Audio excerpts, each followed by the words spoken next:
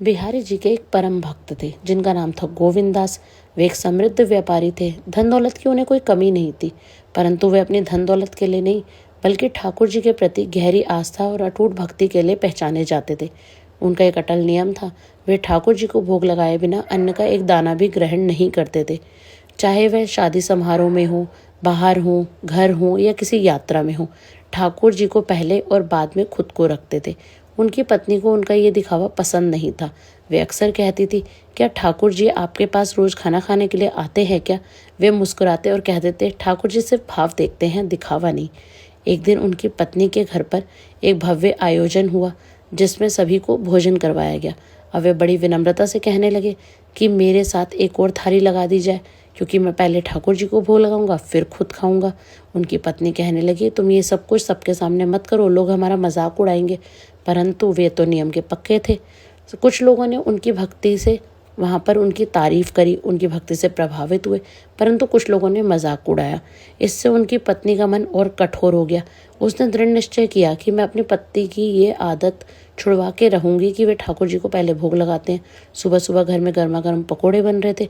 उन्होंने अपने पति से कहा कि अगर आपने आज ठाकुर जी को भोग लगाया तो मैं आपका घर छोड़कर चली जाऊंगी। अब वे समझ गए कि बात बहुत गंभीर है। ठाकुर जी से मन ही मन क्षमा मांगी और भोजन किए बिना अपने कमरे में चले गए। उस दिन गोविंद दास जी ने एक दाना भी अपने अंदर ग्रहण नहीं करा। उस रात ठाकुर जी उनकी पत्नी के स्वप्न में आए और बोले कि आज ना तुमने मुझे खिलाया, ना मेरे भक्त को खाना खाने दिया। तुम्हारे एक हट के कारण हम दोनों भूखे रहे। अब उनकी पत्नी इससे डर गई और पश्चाताप से भर गई। उसने हाथ जोड़कर क्षमा मांगी और गलती स्वीकार की। भगवान ने कहा, यदि सच्चा प्रायश्चित करना चाहती हो तो कल अपने हाथों से प्रेम पूर्वक पकोड़े बनाना, मैं स्वयं खाने आऊँगा। अगली सुबह उनकी पत्नी ने श्रद्धा के साथ पकोड़े बनाए, पकवान तैयार किए और चटनी भी बनाई। जब गोविंद दास जी रोज की तरह भगवान को भोग लगा रहे थे, तब कमला जब रसोई में चटनी लेने गई तो वह दृश्य देखकर स्तब्ध रह गई। रसोई में स्वयं भगवान विराजमान थे और प्रेम पूर्वक पकोड़े खा रहे थे। वह घबराकर अपने पति को बुलाने गई। जब उनके पति ने यह दृश्य देखा तो वे खुशी के आंसू से रोने लगे।